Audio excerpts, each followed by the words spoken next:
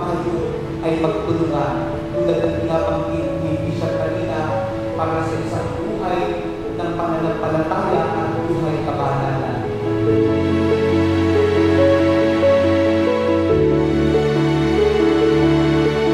At itong pinagdadasal ang parokya na ito, sana sa pagtubay ng mahal na Birhen Maria, ang patrona namin dito ito, ang Lady of Fatima, ang bawat isa ay lumabok sa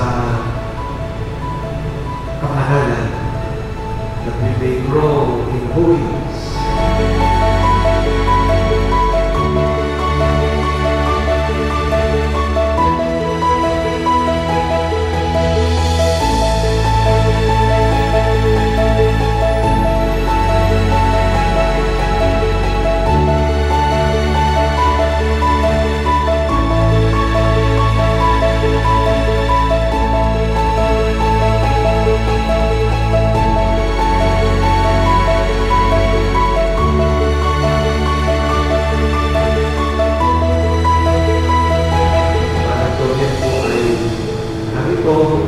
Unang parokya niya ito bilang unang parokya.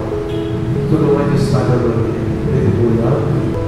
Maas po ako sa inyong suporta sa inyong tulong para sa pinagalaman ng ibang unang parokya. Magpalain tayo ng Diyos ngayon ang magpalain.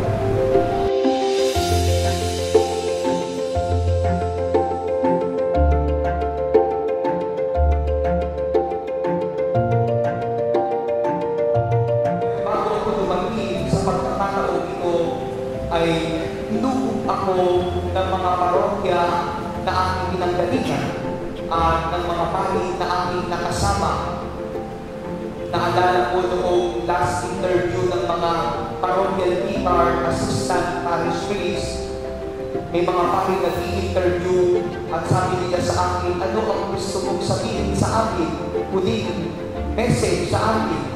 Sabi ko sa kanila, sana po hindi ko na kayo makita sa isang taon. Dahil kung makikita ko ulit sila sa isang taon, assistant parish priest na din ako.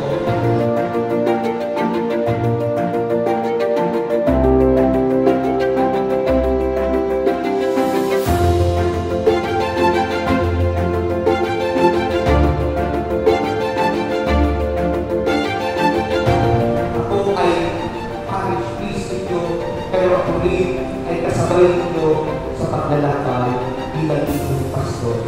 Ipagdarasal po kayo at ipagdasal din po ko.